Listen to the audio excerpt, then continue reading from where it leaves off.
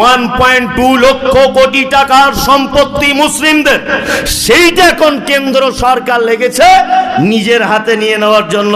এটা আপনি ভাববেন যে আমরা অত সহজে ওয়াকফের সম্পত্তি আপনার মতো নোংরা লোকের হাতে হস্তান্তর করতে চাই না, কখনোই নয়।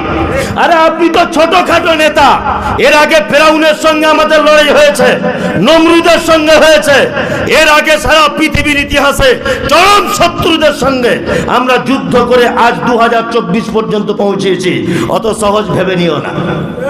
ফেরাউনের মতো নেতাকে আমরা জব্দ করে দিয়েছি পানিতে ডুবিয়ে, নমরুদের মতো বিশ্বাসঘাতককে আগুনে পুড়িয়ে ছাই করে দিয়েছি।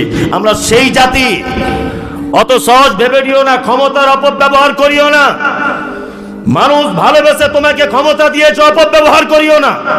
আল্লাহ সুবহানাহু ওয়া তাআলার ক্ষমতা এত চরম পর্যায়ের ক্ষমতা।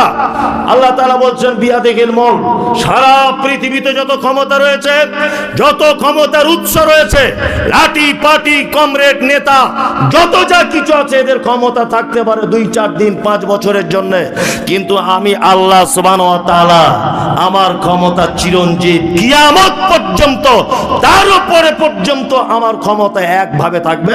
আমার ক্ষমতা ছিনিয়ে নেবার কারো অধিকার আছে? ক্ষমতার যদি অপব্যবহার করো, অন্তত পক্ষে বাংলাদেশকে নিয়ে তো শিক্ষাটা নিবে। রাতের বেলা পালাতে রাস্তা পেল না।